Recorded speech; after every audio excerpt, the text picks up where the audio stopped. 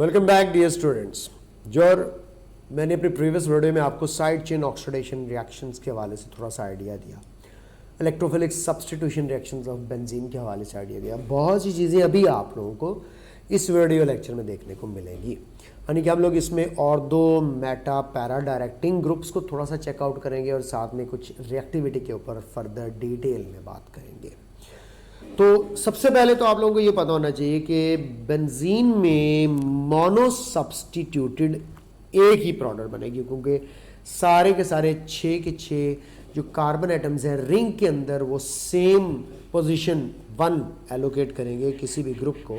X for example वो आता है, तो कोई आपसे कहे कि मोनो सब्स्टिट्यूटेड कितनी प्रोडक्ट्स होंगी, तो आपका आंसर होना चाहिए 1। और ये एक मोनो सब्स्टिट्यूटेड प्रोडक्ट इसकी सैचुरेटेड नेचर को शो कर रही है या अनसैचुरेटेड नेचर को शो कर रही है, तो डेफिनेटली आप कहेंगे कि ये हमारे पास एक मोनो सब्स्टिट्यूटेड प्रोडक्ट बनाना बजाय के 2 या 3 के, ये हमारे पास एक साइक्लिक स्ट्रक्चर की इंडिकेशन है। साइक्लिक स्ट्रक्चर तो प्रूव है ना बेंजीन के साइक्लिक स्ट्रक्चर की, जो कैकुल ने दिए कि एक मोनो सब्स्टिट्यूटेड प्रोडक्ट, ये साइक्लिक स्ट्रक्चर के प्रूव पढ़ रहे हैं हम लोग। नंबर 2, जैसे सेकेंड ग्रुप आता है रिएक्ट करने के लिए तो 3 टाइप्स की प्रोडक्ट्स बनाता है, यानी कि डाई सब्स्टिट्यूशन में 3 टाइप्स ऑफ द प्रोडक्ट्स होंगे। यानी कि फॉर एग्जांपल फर्स्ट जो पहले से मौजूद एक्स है, जिसको मैं रेफरेंस ग्रुप का नाम भी देता हूँ, उसी रेफरेंस ग्रुप की नेचर की बेस पर सेकेंड इनकमिंग ग्रुप की जो है वो पोजीशन एलोकेट होती है। तो ये बिल्कुल एक्स के साथ एडजेसेंट पोजीशन है। एडजेसेंट पोजीशन जो है वो ऑर्थो कहलाती है, या आप लोगों के पास जो है यानी कि 1 2 कह लें, ऑर्थो 1 2 3 यानी कि ऑल्टर नेटिव पोजीशन जो है ये जनाबे वाली मेटा कहलाती है। और ये जो आमने सामने वाली आपको 1 2 3 4 5 6 1 4 मिल रही है, ये आप लोगों को पैरा या पैरेलल से निकला है, ठीक है, पैरा पोजीशन कहलाती है। यानी कि 3 पोजीशंस होगी, एक हमारे पास ऑर्थो पोजीशन होगी, एक हमारे पास मेटा पोजीशन होगी और एक हमारे पास पैरा पोजीशन होगी। ऑर्थो एडजेसेंट को कहते हैं, मेटा ऑल्टरनेटिव को कहते हैं, para in front of each other को बोलते हैं, ठीक है बेटा। अब टोटल कितनी ऑर्थो पोजीशंस हो सकती है, ये लेफ्ट साइड पर रहेगी या राइट साइड पे, तो 2 ऑर्थो पोजीशंस की बेस पर मैं कह सकता हूँ कि 40% जो परसेंटेज है, ये जो चांस है वो ऑर्थो पोजीशंस की एलोकेशन का होता है। इसी तरह मेटा पोजीशन एक ही है, लेफ्ट साइड पे नज़र आ रही है, एक राइट साइड पे नज़र आ रही है। अगर आप दोनों आजू बाजू वाली साइड पे देखें तो मेटा पोजीशन भी जनाब 2 होती है, ये भी 40% बनेगी। पैरा पोजीशन के ऊपर बात करते हैं तो ये just in front of each other है, तो पैरा पोजीशन एक ही होती है और ये 20% कंट्रीब्यूशन है। तो इस तरह से आप लोगों के पास ऑर्थो मेटा और पैरा पोजीशंस पर डिफरेंट परसेंटेजेस जो है वो असाइंड है पोजीशंस की बेस पर। तो कोई आपसे कहे कि 1 2 कौन सी पोजीशन है, तो आप कहेंगे ऑर्थो। 1 3 कौन सी पोजीशन है, तो आप कहेंगे मेटा, सॉरी। और अगर 1 4 पोजीशन आपसे कोई कहे तो आप कहेंगे कहना है कि ये पैरा पोजीशन है। तो 1 2 1 3 1 4 की बेस पर भी ये बात आप लोगों को करती है। अब क्यों ऐसा होता है कि कभी ऑर्थो पोजीशन होती है तो कभी मेटा होती है तो कभी पैरा होती है, इसके ऊपर बाकायदा तौर पे हम लोग कुछ बातचीत कर लें। मैं आप लोगों को एक डिफरेंस सिखाता हूँ ऑर्थो और पैरा डायरेक्टिंग ग्रुप्स के अंदर कुछ डिफरेंस की बेस पर बात करना चाहूँगा। आइए थोड़ा सा डिटेल में ये चीज़ें डिस्कस करते हैं। बट 2 ग्रुप्स में डिवाइड कर रहा हूँ। एक मैंने ग्रुप बना दिया आप लोगों के सामने, इसमें ortho and para directing groups, यानी कि एक्स जो है उसकी नेचर जो है वो ऑर्थो और पैरा डायरेक्टिंग हो सकती है, या दूसरे नंबर पर मेटा डायरेक्टिंग भी हो सकती है। मेटा डायरेक्टिंग भी हो सकता है एक्स। अब ऑर्थो एंड पैरा डायरेक्टिंग कब होगा और मेटा डायरेक्टिंग कब होगा, इसको पढ़ने जा रहे हैं। सबसे पहले तो याद रखिएगा ortho and para directing groups को रिंग एक्टिवेटर्स कहते हैं। ये रिंग को एक्टिवेट कर देते हैं, रिंग एक्टिवेटर्स।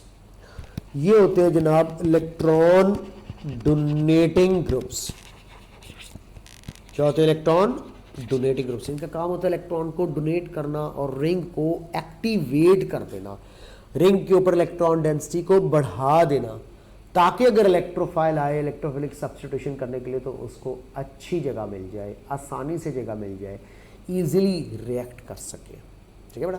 तो इसका काम होता है रिंग एक्टिवेटर्स का। और ये इलेक्ट्रॉन डोनेटिंग ग्रुप्स होते हैं, ये करते क्या है, ये इंक्रीज करते हैं इलेक्ट्रॉन डेंसिटी। किस पोजीशन पर, at ortho and para position, ताकि आसानी इलेक्ट्रोफाइल आए और ऑर्थो और पैरा पोजीशन पर ऑक्युपाई हो जाए। मेटा डायरेक्टिंग ग्रुप की बात करूं तो इनको बेटा रिंग डी एक्टिवेटर्स बोलते हैं, रिंग डी एक्टिवेटर्स। ये इलेक्ट्रॉन विदड्रॉइंग ग्रुप्स होते हैं, इलेक्ट्रॉन विदड्रॉइंग ग्रुप्स। इनका काम होता है इलेक्ट्रॉन विड्रॉ करना और ऑर्थो और पैरा पोजीशन पर इलेक्ट्रॉन डेंसिटी को कम कर देना, डिक्रीज कर देना। तो उन पोजीशंस पर फिर इलेक्ट्रोफाइल नहीं आ सकता। तो मैं कहता हूं decrease electron density at Meta position. तो ये इलेक्ट्रॉन डेंसिटी को मेटा पोजीशन पर डिक्रीज कर देते हैं और दूसरी तरफ इंक्रीज हो जाती है electron density at ortho and para position. इसको थोड़ा सा आप लोगों को सिस्टमेटिकली समझाऊंगा स्ट्रक्चर्स के साथ। क्या याद करोगे, किस सखी के साथ पाला पड़ा था। ठीक है। हाँ, किस टाइप के ग्रुप्स होते हैं ऑर्थो एंड पैरा, इनको आइडेंटिफाई कैसे करना है, याद रख लीजिएगा। Mostly without pi bond, mostly without pi bond. इसका मतलब है कितना आसान कर दिया मैंने कि जिनके पाई बॉन्ड्स होते हैं वो मोस्टली मेटा डायरेक्टिंग होते हैं। तो मैं लिख देता हूं mostly with pi bond, mostly pi bond के साथ होते हैं और वो मोस्टली पाई बॉन्ड के बगैर होते हैं, with pi bond without pi bond. ठीक है। अच्छा यार, अब यहाँ पे आपको एक और बात भी मैं सिखाता हूँ, वो क्या है, आइए ज़रा उसके ऊपर भी डिस्कशन हो जाए कि अल्काइल ग्रुप्स जो है ये ऑर्थो एंड पैरा डायरेक्टिंग हो गए। OH ग्रुप में कोई पाई बॉन्ड नहीं, ऑर्थो एंड पैरा डायरेक्टिंग होगा। अमाइनो ग्रुप में कोई पाई बॉन्ड नहीं, ऑर्थो एंड पैरा डायरेक्टिंग होगा। CH3 ट्वाइस जो है ये भी हमारे पास ऑर्थो एंड पैरा डायरेक्टिंग होगा। CH3 थ्राइस जो है ये भी हमारे पास ऑर्थो एंड पैरा डायरेक्टिंग होगा। लेकिन इधर देखें, आपको अगर फॉर्माइल मिलता है, आपको अगर सायानाइड मिलता है, आपको अगर कार्बोनाइल मिलता है, आपको अगर कार्बोक्सिलिक एसिड मिलता है, इसी तरह आपको अगर टेट्रा नहीं, यहाँ पे एक काम ये करते हैं क्योंकि मैंने एक बॉन्ड ऑलरेडी बनाया हुआ है तो यहाँ पे मैं पॉजिटिव चार्ज जनरेट कर सकता हूँ। मैंने आप लोगों के सामने CH2CH3 ये ग्रुप भी है, इसके अंदर ये भी ग्रुप मौजूद है। और इधर अगर बॉन्ड बना तो कार्बन के 2 और एक 3 बॉन्ड बने हुए, चौथा बॉन्ड हाइड्रोजन के साथ मौजूद है। तो यहाँ पे मुझे 2 तक ही इसको रखना चाहिए। इसको अगर मैं इधर शिफ्ट कर देता हूँ, यहाँ पे CH3 थ्राइस पॉजिटिव चार्ज के साथ, ठीक है, तो ये खुद इलेक्ट्रॉन डेफिशिएंट हो गया। तो खुद इलेक्ट्रॉन डेफिशिएंट होने की वजह से अब ये इलेक्ट्रॉन डोनेटिंग नहीं रहा, बल्कि पॉजिटिव चार्ज होता है कार्बन की वजह से इलेक्ट्रॉन विदड्रॉइंग बन गया। तो टर्शियरी कार्बोकेटाइन जो है वो Meta directing electron withdrawing group के अंदर आएगा। Ortho and para directing groups के लगने से रिएक्टिविटी बढ़ती है और मेटा डायरेक्टिंग ग्रुप के लगने से रिएक्टिविटी कम होती है। यानी कि इसका मतलब है, ये कहना चाह रहा हूँ मैं कि अगर आपके पास बेंजीन रिंग है और उसके पास इलेक्ट्रॉन डोनेटिंग ग्रुप है तो रिएक्टिविटी सबसे ज़्यादा होगी, मिड में आ जाएगी बेंजीन और सबसे एंड पे लगी होगी रिएक्टिविटी इलेक्ट्रॉन विदड्रॉइंग ग्रुप के साथ, जो कि रिएक्टिविटी को कम कर देता है ऑर्थो एंड पैरा पोजीशंस पर इलेक्ट्रॉन डेंसिटी को कम करके। ये मैं अब आपको कैसे समझाता हूँ। फॉर एग्जांपल आपसे कहता हूँ यार फिनॉक्साइड आयन, फिनोल के H+ आयन लूज़ करने के बाद फिनॉक्साइड आयन बनता है। इस फिनॉक्साइड आयन की ज़रा रेजोनेंस स्टेबिलिटी चेक कीजिएगा।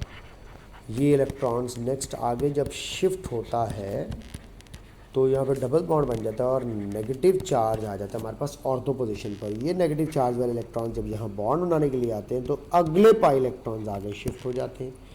तो हमें एक और रेजोनेंस स्ट्रक्चर देखने को मिलता है, ये वाला। फिर ये नेगेटिव इलेक्ट्रॉन जो है जब आगे शिफ्ट होते हैं बॉन्ड बनाने के लिए, तो नेक्स्ट ये जो पाई इलेक्ट्रॉन है ये उससे भी आगे शिफ्ट हो जाते हैं। तो ये रेजोनेंस का सिलसिला जो चलता है, आप लोग बराए मेहरबानी थोड़ा सा गौर फरमाएं कि आप लोगों को जो नेगेटिव चार्ज घूमता फिरता हुआ नज़र आ रहा है, ये जो ऑक्सीजन अपना नेगेटिव चार्ज डोनेट करती है, कौन कौन सी पोजीशन पर है, इसको अगर मैं ग्रीन कलर के साथ आप लोगों के सामने पेश करूं, तो एक तो ये नेगेटिव चार्ज इस ऑर्थो पोजीशन पर, दूसरा ये नेगेटिव चार्ज पैरा पोजीशन पर, तीसरा ये नेगेटिव चार्ज फिर से ऑर्थो पोजीशन पर है। तो इस तरह से इलेक्ट्रॉन डेंसिटी बढ़ जाती है जब आप लोगों के पास इलेक्ट्रॉन डोनेटिंग ग्रुप लगा होता है। यही चीज़ एक इलेक्ट्रॉन विथड्रॉइंग ग्रुप के साथ एक्सपीरियंस करते हैं। ये देखो, अब ये जो इलेक्ट्रॉन विथड्रॉइंग ग्रुप है, इसमें देखें कि क्या होना है हमारे पास कि यहाँ पे ये जो पाई इलेक्ट्रॉन्स हैं ये वापस खींचे जाएंगे बजाय के आगे डोनेट किए जाएंगे, और ये sigma electron pi electrons oxygen अपने पास ले लेगी, क्योंकि ऑक्सीजन की इलेक्ट्रॉन नेगेटिविटी ज़्यादा है एज़ कम्पेयर टू नाइट्रोजन। तो देखिएगा, अगर आप पाई इलेक्ट्रॉन जब आगे जाते हैं, तो मैं अब आप लोगों के सामने स्ट्रक्चर बनाने लगा हूँ, आप लोग बखूबी इस चीज़ को देख सकते हैं कि ये ऑक्सीजन के ऊपर नेगेटिव चार्ज हो जाएगा और नाइट्रोजन और कार्बन का डबल बॉन्ड बन जाएगा, और ये ऑर्थो पोजीशन पर इस वक्त आप लोगों को एक इलेक्ट्रॉन डेफिशिएंट कार्बन मिलेगी, जो कि आपको पता है कि ऑर्थो पोजीशन पर इलेक्ट्रोफिलिक अटैक का चांस बिल्कुल ख़त्म हो जाएगा, क्योंकि जब इलेक्ट्रॉन डेंसिटी इन पोजीशंस पर बढ़ती है तो फिर इलेक्ट्रोफिलिक चांस जो है वो बढ़ता है। जब चार्ज ही पॉजिटिव है, ये साइड खुद इलेक्ट्रॉन डेफिशिएंट है, तो यहाँ पे कोई सीन ऐसा वैसा नहीं बन सकता। तो बेटा इसलिए ये ऑर्थो और पैरा पोजीशन पर जब रेजोनेंस होगी, तो यहाँ पे इन ऑर्थो और पैरा पोजीशन को इलेक्ट्रॉन डेफिशिएंट कर देते हैं, जिसकी वजह से रिएक्टिविटी कम हो जाती है। तो मैंने अपने बच्चों को सिखा दिया ग्रुप्स को आइडेंटिफाई करना, और मैंने एक और भी बच्चों को तरीका बताया कि रिंग के साथ अगर लगा हुआ एटम जैसा कि नाइट्रोजन है, अगर फर्दर हाई इलेक्ट्रोनेगेटिव एटम जैसा कि ऑक्सीजन के साथ जुड़ जाता है, तो ये इलेक्ट्रॉन विथड्रॉइंग ग्रुप होता है। क्यों?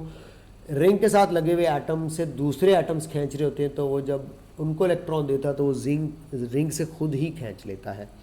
यहाँ पर देखें तो अगर मैं OH ग्रुप या NH2 ग्रुप अटैच करता हूँ, तो आप लोगों को बड़ी मज़ेदार बात पता चलेगी। ये देखो NH2 ग्रुप अटैच हुआ, इसमें नाइट्रोजन हाइड्रोजन से जुड़ी है, तो हाइड्रोजन दोनों नाइट्रोजन से लेने वाली और ना नाइट्रोजन रिंग से लेने वाली है, तो बल्कि नाइट्रोजन हाइड्रोजन से लेकर रिंग को दे रही होगी।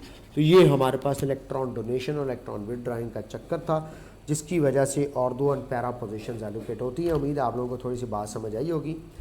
बेंजीन जो है हमारे पास क्लोरीनेशन ऑफ अगर नाइट्रो बेंजीन बनाई जाए तो एक मेटा प्रोडक्ट बनती है, बजाय कि ऑर्थो और पैरा सारे बनने की, क्योंकि अभी मैंने बताया nitro group electron withdrawing group है, ये हमारे पास मेटा डायरेक्टिंग ग्रुप है, तो ये आने वाले क्लोरीन को मेटा डायरेक्शंस में देगा। नाइट्रेशन अगर क्लोरोबेंजीन की करवाई जाए, उल्टा काम कर दिया जाए, तो हम लोग जानते हैं कि हैलोजन जो है इलेक्ट्रॉन डोनेटिंग ग्रुप्स है, ऑर्थो एंड पैरा, तो बेटा आपका नाइट्रो ग्रुप जो है वो ऑर्थो पर भी लगेगा, पैरा पर भी लगेगा, क्योंकि ये ऑर्थो एंड पैरा डायरेक्टिंग है। लेकिन आप वाला जो नाइट्रो था ये इलेक्ट्रॉन विथड्रॉइंग, ये इलेक्ट्रॉन डोनेटिंग। तो ये बात थी इलेक्ट्रॉन डोनेटिंग और इलेक्ट्रॉन विथड्रॉइंग की डिफरेंट प्रोडक्ट्स की। कंक्लूजन हम लोग निकाल चुके हैं, 2 टाइप्स के ग्रुप्स में बता चुका हूँ, एग्जाम्पल्स भी आपके सामने, डाई मिथाइल एमाइन जिसको हम लोग टर्शरी अमाइन भी कह सकते हैं, amino OH, ether, chlorine, fluorine नहीं है, ब्रोमीन और आयोडीन है, ठीक है। इसी तरह आप लोगों के सामने देखें, ये बड़ा इंपॉर्टेंट रिएक्शन है बेटा, अगर टोलुइन हो और उसकी नाइट्रेशन करवाई जाए और 60 to 70 डिग्री सेल्सियस टेम्परेचर हो, तो आप लोग देखिए आपको ऑर्थो एंड पैरा पोजीशंस तमाम की तमाम एलोकेट मिलेंगी। अगर यही रिएक्शन मैं ये वाला आप लोगों को बताऊं, नंबर 1 वाला, जिसमें मैं टोलुइन को रिएक्ट करवा रहा हूँ सेम इन्हीं कंडीशन, यानी कि नाइट्रिक एसिड के साथ सल्फ्यूरिक एसिड के साथ, तो मुझे जस्ट जो है 55 डिग्री सेल्सियस टेम्परेचर चाहिए, जिस पे बासानी यहाँ से नाइट्रो ग्रुप उठेगा और उधर जाकर जो है वो सब्स्टिट्यूट हो जाएगा। तो ये देखिए आप लोगों के पास मिथाइल ग्रुप तो लगा ही था, ये अब ऑर्थो एंड पैरा डायरेक्टिंग था, तो बेटे यहाँ पे ये नाइट्रो ग्रुप को ऑर्थो पोजीशन पर भी अटैच करवा सकते हैं, पैरा पोजीशन पर भी अटैच करवा सकते हैं, इट डजेंट मैटर, लेकिन मेटा पोजीशन पर नहीं होगा, क्योंकि यहाँ पे मेटा पोजीशन का कोई सीन नहीं बनेगा, क्योंकि ये हमारे पास इलेक्ट्रॉन डोनेटिंग ग्रुप है, ठीक है, इसका काम रिंग को एक्टिवेट करना है। इसी तरह टोलुइन की अगर 100 डिग्री सेल्सियस पर नाइट्रेशन करवाएं, तो सारी ऑर्थो, पैरा और मेटा पोजीशन है वो ऑक्यूपाइड हो जाती है, सारी ऑर्थो और पैरा पोजीशन सारी ऑक्यूपाइड हो जाती है। 2,4,6 ट्राई नाइट्रोटोलोइन TNT बनता है, जो कि एक्सप्लोसिव मटेरियल में यूज़ किया जाता है। ये पिछले दिनों आई गेस लबनान के अंदर वो ब्लास्ट हुआ था, वो यही ब्लास्ट मटेरियल से अमोनियम नाइट्रेट वगैरह और TNT वगैरह, ठीक है। तो ये हमारे पास 3 नाइट्रो ग्रुप की बेस पर ट्राई नाइट्रोटोलोइन TNT बना। सब के सब वो रिएक्शंस हैं जो आप लोगों को इंडिकेट कर रहे हैं बड़ा सिंपल से। अब major products of the bromination of the following compound, ये MCQ आया हुआ है। तो बेटा देखिए, अगर टोलोइन हो, ब्रोमिनेशन होगी ऑर्थो और पैरा पोजीशन पर। अगर ब्रोमीन लगी हुई है तो ब्रोमिनेशन होगी अगेन ऑर्थो और पैरा पोजीशन पर। अगर OH ग्रुप लगा हुआ है तो फिर वही बात है, ब्रोमिनेशन होगी FeBr3 के मौजूदगी में ऑर्थो और पैरा पोजीशन पर। तो इसमें तो कोई डाउट नहीं है। हमारे जो मेन चीज़ें हैं वो हमें पता चल गई कि ये सब इलेक्ट्रॉन डोनेटिंग ग्रुप्स हैं। लो जी, इलेक्ट्रॉन डोनेटिंग ग्रुप्स के साथ अब थोड़ा सा इलेक्ट्रॉन विदड्रॉइंग ग्रुप्स या मैटर डायरेक्टिंग ग्रुप्स की भी बात कर ली जाए। न्यू इनकमिंग ग्रुप को मेटा पोजीशन पर लेके जाएंगे, इलेक्ट्रॉन डेफिशिएंट कर देते हैं मेटा पोजीशंस को, जिसके रिजल्ट में ये सारे के सारे स्पीशीज़ आपके पास मैटर डायरेक्टिंग है। अब NO2 इलेक्ट्रॉन विदड्रॉइंग है। जब नाइट्रोबेंजीन की नाइट्रेशन होगी तो मेटा नाइट्रो बेंजीन बनेगी, ठीक है, मेटा नाइट्रोबेंजीन। और इसी तरह हेलोजिनेशन करवाएंगे तो मेटा पोजीशन होगा। पहले सीन डिफरेंट था, पहले जो है वो क्लोरीन पहले थी, पहले क्या पहले थी, क्लोरीन, ठीक है। जब आप लोगों के पास क्लोरीन पहले होगी और आप अगर इसकी नाइट्रेशन करवाते हैं तो आप लोगों को ऑर्थो पोजीशन पर नाइट्रो ग्रुप मिलेगा और पैरा पोजीशन पर नाइट्रो ग्रुप मिलेगा। लेकिन अगर आपने नाइट्रोबेंजीन लगा दी तो ये है हमारे पास मेटा डायरेक्टिंग, तो सिर्फ मेटा पोजीशंस आपको एलोकेट करेगी, चाहे आप हेलोजिनेशन करवा रहे हैं चाहे आप नाइट्रेशन करवा रहे हैं। इन्होंने इलेक्ट्रॉन विदड्रॉइंग ग्रुप के तौर पर ऐड करना है और मेटा डायरेक्टिंग कहलाते हैं। MD means Meta directing. ये आप लोगों के सामने सारी पोजीशन मैंने एलोकेट पहले कर दी हैं। बेटा एक्सेप्शंस याद रख लीजिएगा। ऑर्थो एंड पैरा डायरेक्टिंग में हाइड्रोक्सिल OR, ये प्राइमरी अमाइन सेकेंडरी अमाइन तक चले जाते हैं। उसके बाद अल्काइल ग्रुप SH और SR डीएक्टिवेटिंग ग्रुप्स भी होते हैं, यानी कि हमारे पास ortho and para directing electron donating होते हैं। इलेक्ट्रॉन डोनेट तो करते हैं लेकिन बाद में इनको अचानक याद आता है, ओह ये मैंने क्या कर दिया। क्यों? जो बेंजीन रिंग है वो बजाते खुद इलेक्ट्रॉन विदड्रॉइंग होता है, वो बजाते खुद इलेक्ट्रॉन विदड्रॉइंग होता है। तो बेंजीन रिंग जब बजाते खुद इलेक्ट्रॉन विदड्रॉइंग होता है तो ये हैलोजेंस से इलेक्ट्रॉन ले लेता है। हैलोजेंस को अचानक याद आता है, ओए हमारे साथ क्या हो गया, हमारा इलेक्ट्रॉन रिंग ले गई। तो पहले डोनेट कर देते हैं, बाद में इनको ख्याल आता है तो वो रेजोनेटिंग इलेक्ट्रॉन को वापस अपनी तरफ भी ले आते हैं। तो मैं कह दूंगा कि ये हमारे पास ऑर्थो एंड पैरा डायरेक्टिंग होते हैं, इलेक्ट्रॉन डोनेटिंग होते हैं, लेकिन इनके अंदर एक्सेप्शंस हैं कुछ कि ये डीएक्टिवेटिंग ग्रुप भी है। तो हैलोजन में फ्लोरीन, क्लोरीन, ब्रोमीन वगैरह अगर डोमिनेंट इसमें करेक्टर शो करते हैं एज कम्पेयर टू आयोडीन। तो मैं कह दूं कि एक्टिवेटिंग ग्रुप्स में 2 टाइप्स हैं, ortho and para directing groups में 2 टाइप्स के, एक्टिवेटिंग भी हो सकते हैं और डीएक्टिवेटिंग भी हो सकते हैं। डीएक्टिवेटिंग में सिर्फ किसकी एग्जांपल्स मौजूद है, हैलोजेंस की, कि रिंग को जज्बाती होकर इलेक्ट्रॉन डोनेट कर तो देते हैं, बाद में अचानक याद आता है हम तो हाई इलेक्ट्रोनेगेटिव एटम थे, हम ऐसे ही सखी भर गए तो मेरे इलेक्ट्रॉन वापस दो, मेरे इलेक्ट्रॉन वापस दो वाला सीन हो जाता है और रिएक्टिविटी बढ़ने की बजाय कम हो जाती है। मेटा डायरेक्टिंग देखें तो ये एक्टिवेटिंग एग्जिस्ट नहीं करते, यानी कि सारे मेटा डायरेक्टिंग जो है डीएक्टिवेटिंग है। नाइट्रो ग्रुप है, कार्बोनाइल्स है, साइनाइड है, CF3 है, देखो हाई इलेक्ट्रोनेगेटिविटी की वजह से CF3 आ गया, और सल्फोनाइल वगैरह और टर्शरी अमाइन, ये सब के सब हमारे पास मेटा डायरेक्टर्स या इलेक्ट्रॉन विदड्रॉइंग ग्रुप्स है जिनको डीएक्टिवेटिंग ग्रुप्स के अंदर भी इंक्लूड किया जाता है।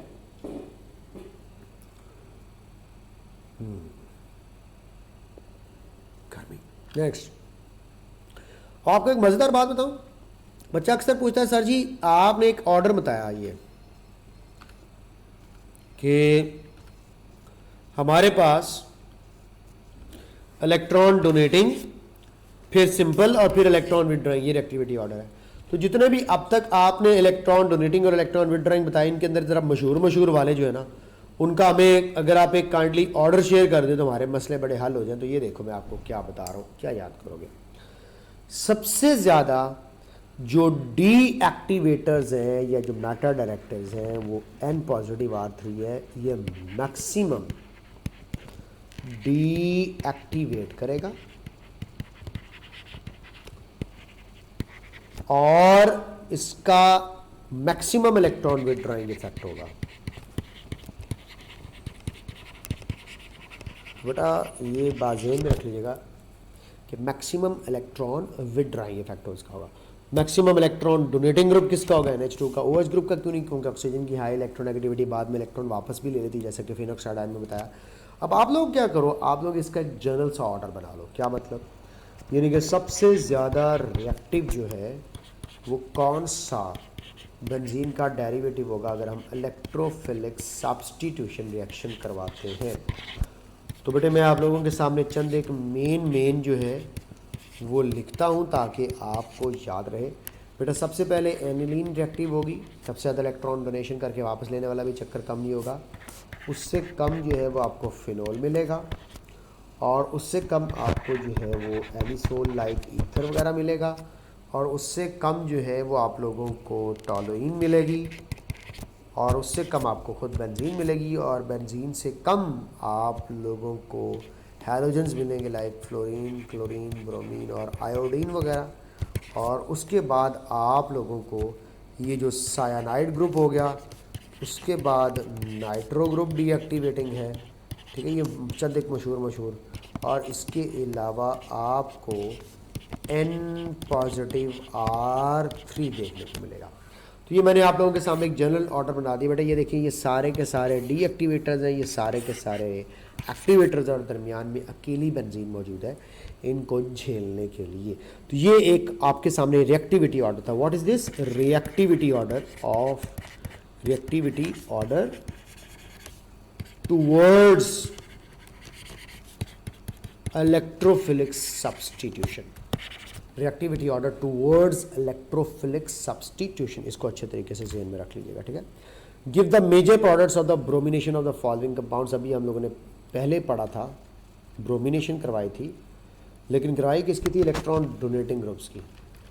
अब हम लोग ब्रोमिनेशन करवाने लगे हैं इलेक्ट्रॉन विथड्रॉइंग की। ये देखो, nitro group electron withdrawing Meta position, carboxyl group electron withdrawing Meta position, formaldehyde हमारे पास भी पाई बॉन्ड की बेस पर मेटा डायरेक्टर बनेगा।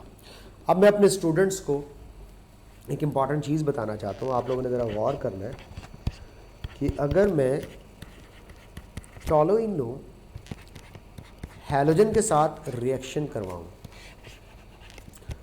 अगर ये रिएक्शन Fe(x3) के साथ है तो फिर इलेक्ट्रोफिलिक सब्स्टिट्यूशन होगी और आपको मिलेगा मिथाइल ग्रुप, तो इधर ही अटैच होगा। स्ट्रक्चर को थोड़ा सा एलैबोरेट कर लेते हैं। ये मिथाइल ग्रुप तो इधर का इधर ही पड़ा हुआ है। इसी के साथ और दो पोजीशन पर आपको क्लोरीन मिल जाएगी, या फिर आपको मेटा पोजीशन पर भी साथ में क्लोरीन मिल जाएगी। ये देखें, और दो और पैरा पोजीशंस एलोकेट होती हैं। लेकिन अगर मैं यहीं पे लाइट के अंदर ये रिएक्शन करवाऊँ तो इसको कहेंगे बेटे साइड, ये ऊपर वाला था इलेक्ट्रोफिलिक सब्स्टिट्यूशन, नीचे वाला होगा side chain free radical substitution. Side chain free radical substitution. तो side chain free radical substitution जो है वो देखते हैं कि क्या करेगी। आइए इसके ऊपर भी बात हो जाए। ये देखें, हमारे पास सबसे पहले एक हाइड्रोजन हटेगी और बेंजाइल क्लोराइड बनेगा, या बेंजाइल हेलाइड बनेगा अगर आप हैलोजन ले रहे हैं। फर्दर फिर से हमारे पास यही काम होगा, डाई हैलो बेंजाइल, जिसको बेंजल डाई हेलाइड कहते हैं। उसके बाद बेंजो ट्राई हेलाइड आप लोगों को देखने को मिलेगा। तो ये ऑफ कोर्स डिपेंड करता है कि जैसे जैसे हाइड्रोजन रिप्लेस होते जाएंगे वैसे वैसे हाइड्रोजन रखते जाएंगे। लेकिन यहाँ पे मैकेनिज्म है साइड चेन और फ्री रेडिकल सब्स्टिट्यूशन। ऊपर था इलेक्ट्रोफिलिक सब्स्टिट्यूशन रिंग के ऊपर, ठीक है। तो ये देखो, सिर्फ थोड़ा सा मीडियम चेंज करने पर, लाइट लाने पर आप लोगों के पास totally A to Z mechanisms change हो जाते हैं। ये बात अगर आप लोगों को समझ आ चुकी है तो मेरे ख्याल में अब कुछ भी नहीं रह गया पीछे मज़ीद समझाने के लिए। अगर मैं हाइड्रोजन ऐड कर देता हूँ तो मेरे पास साइक्लोहेक्सेन बन जाती है। शायद उससे रिलेटेड आप लोगों से MCQ पूछ लें, यहाँ पे कैटालिस्ट वगैरह कौन सा आपको पता है, निकल या प्लाटिनम वगैरह कैटालिस्ट से भी ये काम चलाया जा सकता है। अब आप लोगों ने देखा कि सर हमें समझा गए, सर हमें कामयाबी की तरफ इशारा दे गए कि Fe(x3) वगैरह के साथ आपको ये फ्री रेडिकल सब्स्टिट्यूशन मिलेगी। अगर आप लाइट वगैरह यूज़ करते हैं तो फिर आप लोगों के पास और दो और पैरा डायरेक्टर्स की बजाय ये साइड चेन जो है वो सब्स्टिट्यूशन देखने को मिलेगी, जो कि free radical side chain substitution कहलाती है।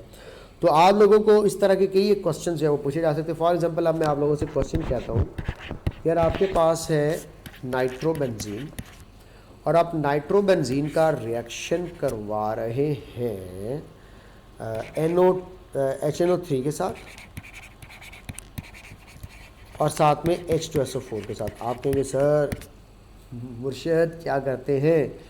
मुर्शद अभी तो हमने ये बात सीखी है। देखो यहाँ पे नाइट्रो ग्रुप है, इलेक्ट्रॉन विदड्रॉइंग, मेटा पोजिशंस पर नाइट्रो ग्रुप ही लगेगा क्योंकि ये मिक्सचर नाइट्रोनियम आयन प्रोड्यूस करता है। तो इलेक्ट्रोफिलिक सब्स्टिट्यूशन तो होगी, लेकिन एक नाइट्रो ग्रुप जिस पोजीशन पर लगा हुआ है बिल्कुल इसके साथ एक कार्बन छोड़कर एक और नाइट्रो ग्रुप लग जाएगा जो कि मेटा डाई नाइट्रोबेंजीन है, डाई नाइट्रोबेंजीन।